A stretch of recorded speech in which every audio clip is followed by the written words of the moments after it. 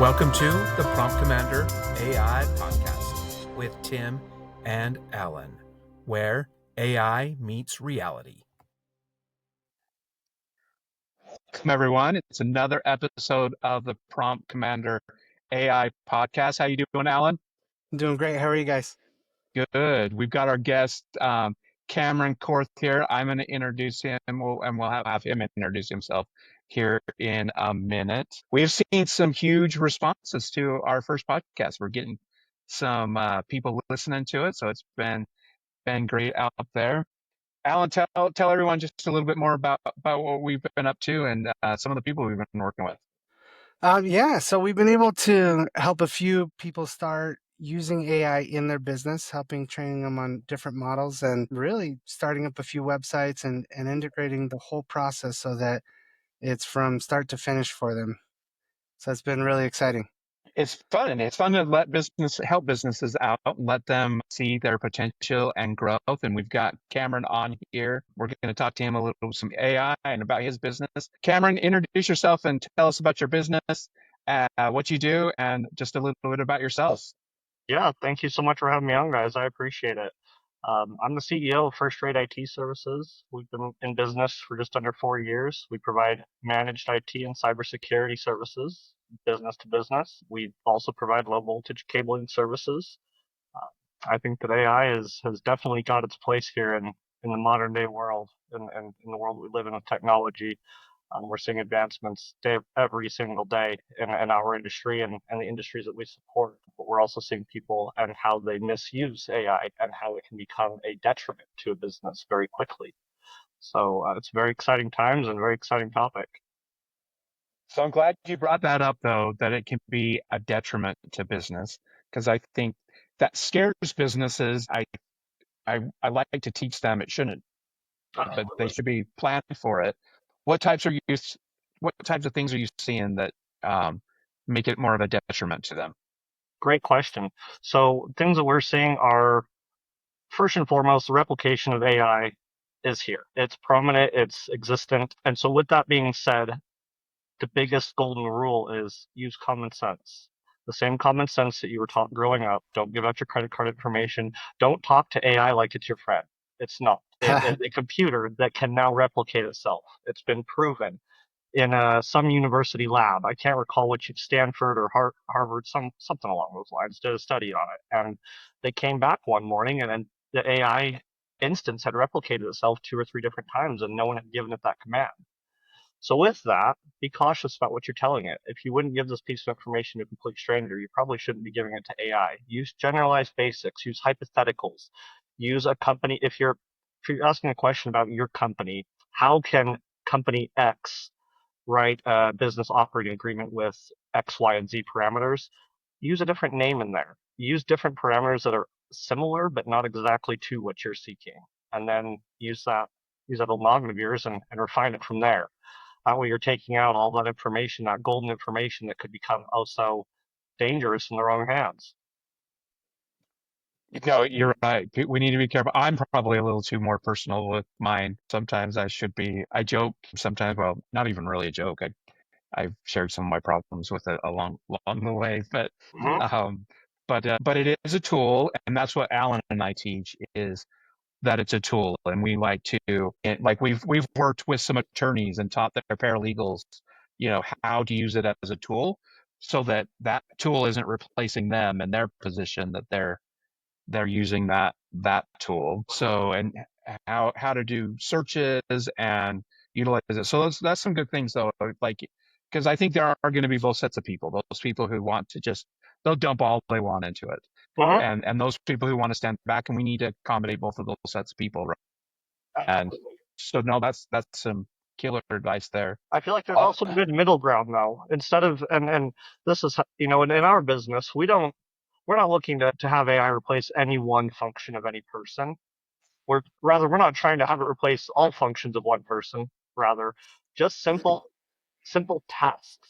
For example, we write a lot of scripts that help to install software remotely for our clients, so that we don't ever have to step foot on their We don't have to spend labor to come get new software rolled out.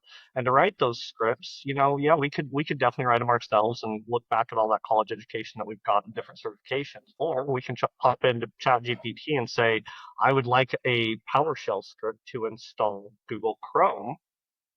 And wham bam, you've got a script. You can pop it into your remote management tools. So we're not taking the tech out of it. We're just giving the tech more time to do other tasks and to fill other jobs that we've got on the board. While that would have taken them 45 minutes to an hour to write from scratch, it took ChatGPT no more than 3 seconds. And we gave out no identifying information. We put no client at risk.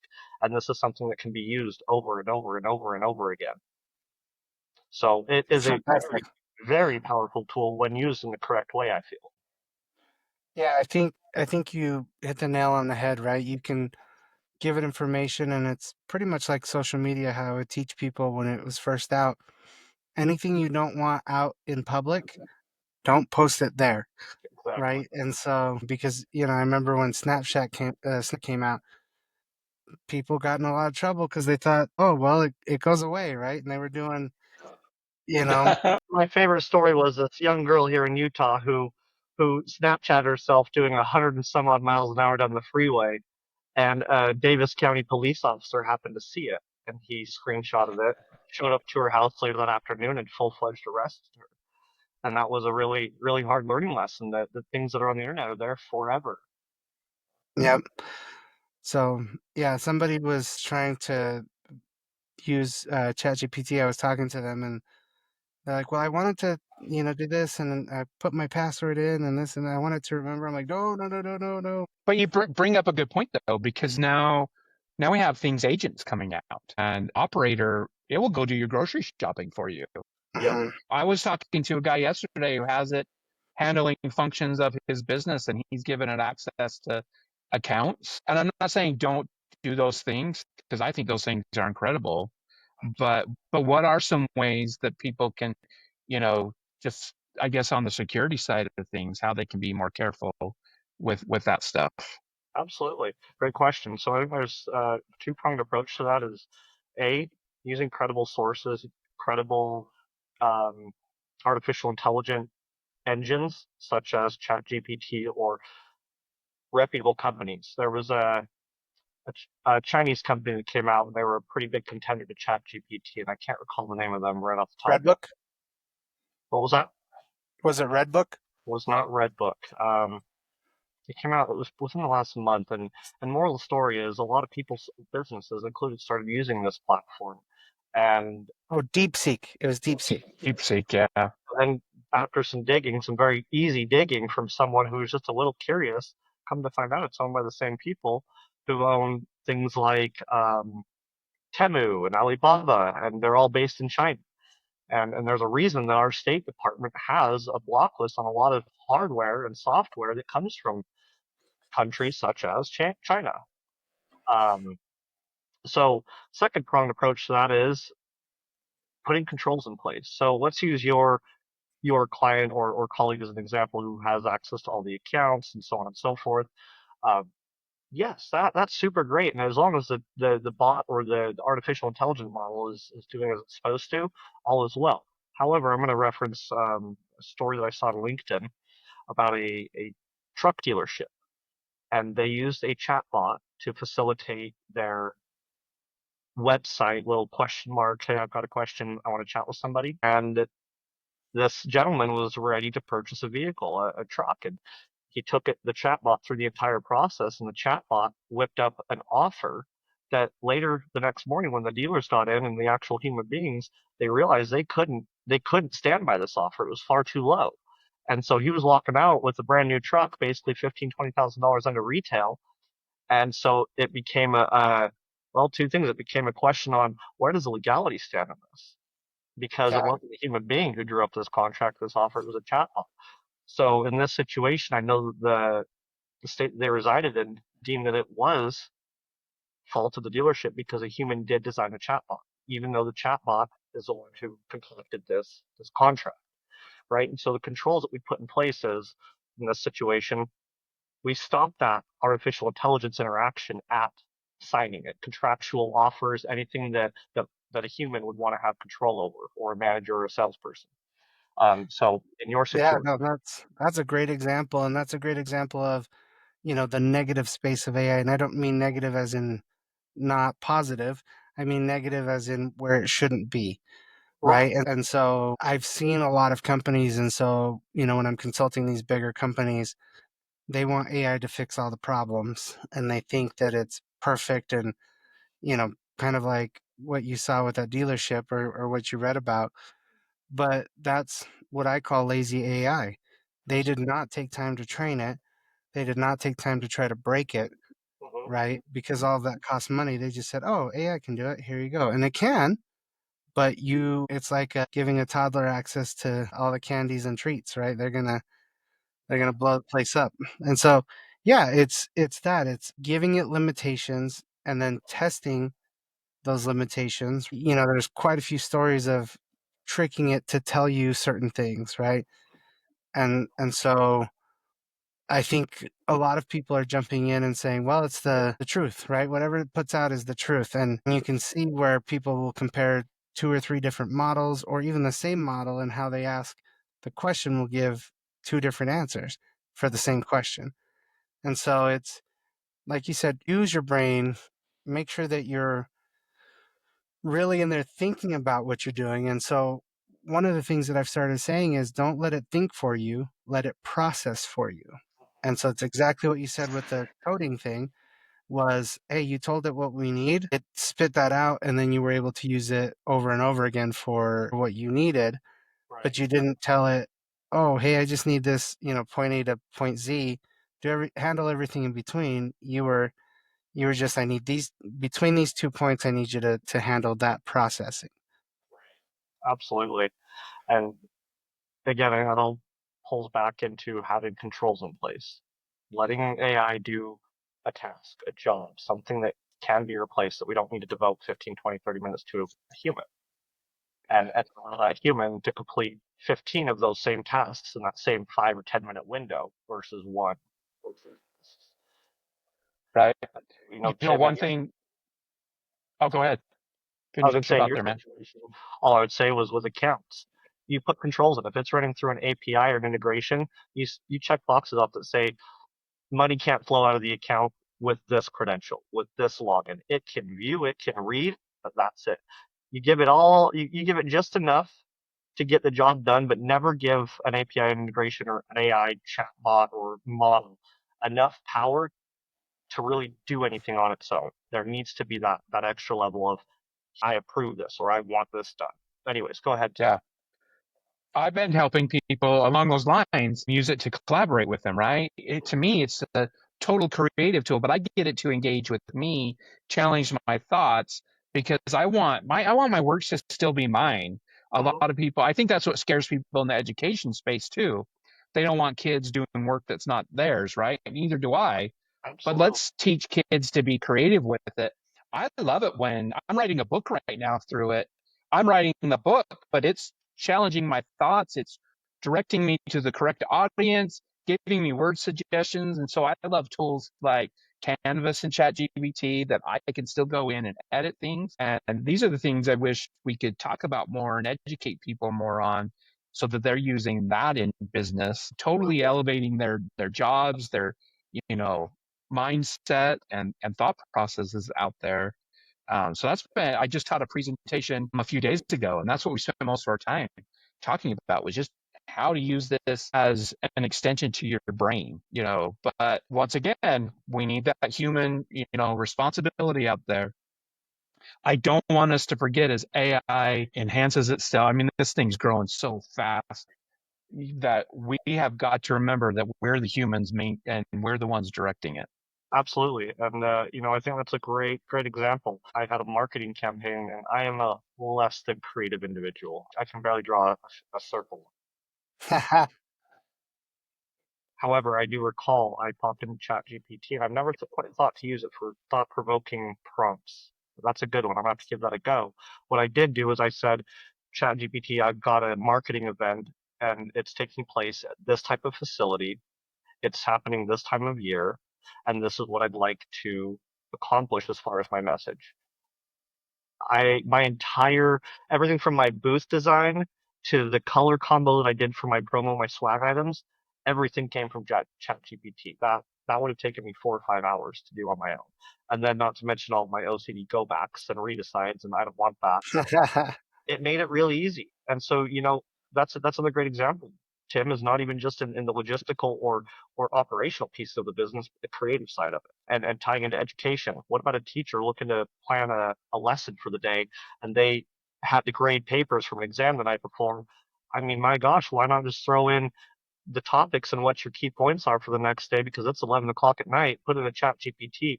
I'm confident someone in higher education or education can go on a win with the chat GPT lesson plan if they need be. And it's probably going to be better than their sleep deprived version of it they would have come up with on the fly.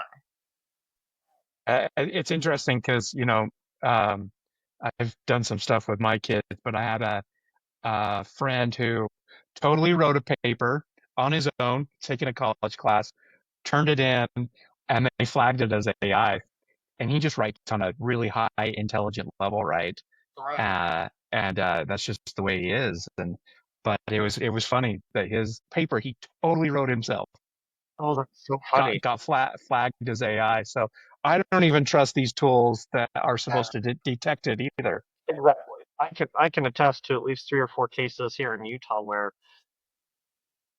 educators found that papers had passed the grading period, and multiple months after the CRTs had taken place, they found that there was some AI involved in them, and they were able to backtrack it and say we're 90% sure that there's something going on here. Granted, the test had already been taken, graded, and scores handed out, so there wasn't much that could be done at that point in time. But I think that's so funny because more often than not, kids are called up for plagiarism for using AI, and in cases where they actually did use it. But I grew up in the 80s and 90s, and we were warned against the internet and using it for assignments. Don't use Wikipedia and things like that. My daughter had a research assignment a few months ago, and I showed her how to do all her research through ChatGPT, right? And she compiled everything, and it turned out great for her. And that's the part I think we really need to be focusing on, is how to help people utilize it that way. Absolutely.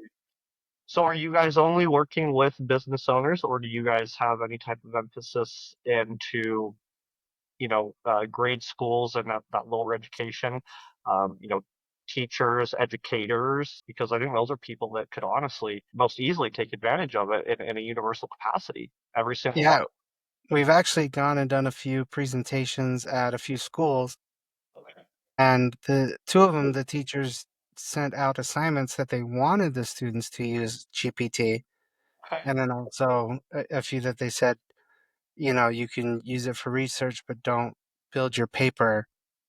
Don't let it write everything for you. But other ones they did want it to write for them, but it was almost like a treasure hunt kind of a thing where they told them to do a few different steps so that they could learn this tool that is out there and will be in their lives instead of pretending that it's not going to happen, right? I love that. I really think that's the best way to approach.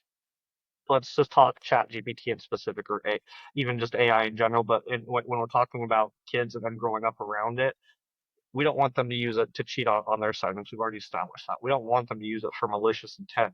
So how else do you keep someone from doing those things? You educate them. When you know it's properly used, you use it correctly. I can tell you firsthand that before I knew how a stove worked, yeah, my hand felt a lot of pain that day. My mom had tried that lesson with me, and Right. same goes for the electrical outlet. Before my parents had the conversation they didn't think they ever had to have with me, don't stick a fork in the outlet. I learned that lesson, and until I had learned it, I didn't know it. So, we educate kids and we say this is how you can appropriately use ChatGPT or AI. Here's what not to tell it to keep yourself safe on the internet. Here's the information that you should tell it. Here's how you could prompt it if you're looking to get a thought-provoking idea. Do these things, but don't divulge these things. So you seem very focused on like the security element. Is that because of the type of work you do and what you help businesses with? Absolutely. Our job and my job is to secure businesses and their cybersecurity. And so we are constantly on the vigilant lookout for anything that could pose a risk to a business. Through our cybersecurity risk assessments, and AI applications, about 95% of them are still being flagged as unsafe or potentially unwanted programs. So in the IT and compliance sector, AI has definitely not been fully received quite yet, I would say. More so on the compliance side, when we're getting into organizations that are covered by, NIST and SOC 2, PCI compliance, or if they're working with the Department of Defense, any other government organization. Those are sectors where, due to the lack of controls that you can really place on it, because a human can freely give out whatever information's in their brain without someone else being able to control that. And so that becomes a problem in a regulated environment. However, Right. organization, again, while we do support it being used. So you're talking about maybe a mental health practice who's looking to drop a new blog article on ketamine, perhaps. That was actually a real use case, down to a construction company who uses AI to create all of their images for their marketing, while they have a human write the actual text there. I've had conversations with both companies and laid out, we need to be careful, and I'd like to have a conversation with whomever is using these applications in your business. And here's why. It's not that we don't trust that they don't know how to use them or they don't know what to give out, but rather there's also the facet that maybe they're not using it to the best of their ability or the best of its capacity. Yes. To teach you how to use it best and how it can best keep you safe and the business safe while leveraging those tools. So to short answer your question, Alan, it is a huge risk to a business when we're talking about just on the surface level AI in a business. It's a risk. AI with properly trained employees and a properly trained model is a huge asset to a business. That is no longer such a security risk. So as you mentioned earlier, lazy AI, I think you called it. Yep. Throwing it in, chop shop. We just bought the product; it's going to work. Don't do that. That's a ginormous security risk in the eyes of cybersecurity and IT. We would want to train it. We would want to ensure that there's, again, those controls put in place that that model can't divulge extra information that we don't want getting out there. Or on the flip side of that, agree to any type of contractual or obligatory agreements that we wouldn't be okay with as a company. Yeah. No, that's awesome, dude. Well, Cameron, you've been a great guest on our program today. Thank you. If people want to, and I will vouch for Cameron, man, his IT services are totally top notch for anybody out there. If people want to get a hold of you, where can they find you? Well, you can shoot us an email. My email is Cameron, Cameron, at the number one, rate, RATE, services.com, or you can give us a call at 385-492-6676. We're also on Instagram, Facebook, and LinkedIn. I really appreciate you guys having me on today. It's been really fun to chat about AI and how it can have its pros and cons on both sides of the fence in a business. And that's really what we're trying to do, is bring everyone together and let's talk about this. So to wrap things up, I have 5 rapid questions for you. Okay. Let's hear first things off your mind here. So are you a morning person or a night owl? Easily a morning person, up at like 5:30 in the morning every day. Ooh, ouch. Your favorite snack right now? Ice cream. Lifetime. Okay. The last song you listen to? Fiddle in the Band by Kane Brown. Wow. Okay. Do you prefer texting or calling? Calling. I feel like texting, you can't read anyone's emotion, and I misread Absolutely. Especially for someone with ADHD like me. You already know, Tim. Beach or mountain? Beach all day long. We gotta go to that beach. Sweet, dude. Sweet. Well, it's awesome having you on our program. We definitely have enjoyed having this conversation. Alan and I are all about teaching people how to fish and using the tools that are at hand for them. So thanks everybody for listening to our program. Thanks Alan. He does some remarkable things. If you need awesome websites done, Alan is definitely the better half of our business. But until next time, I just want everybody to stay sharp, stay human, and then let AI do all the boring stuff for you. Thanks so much, guys. Thanks.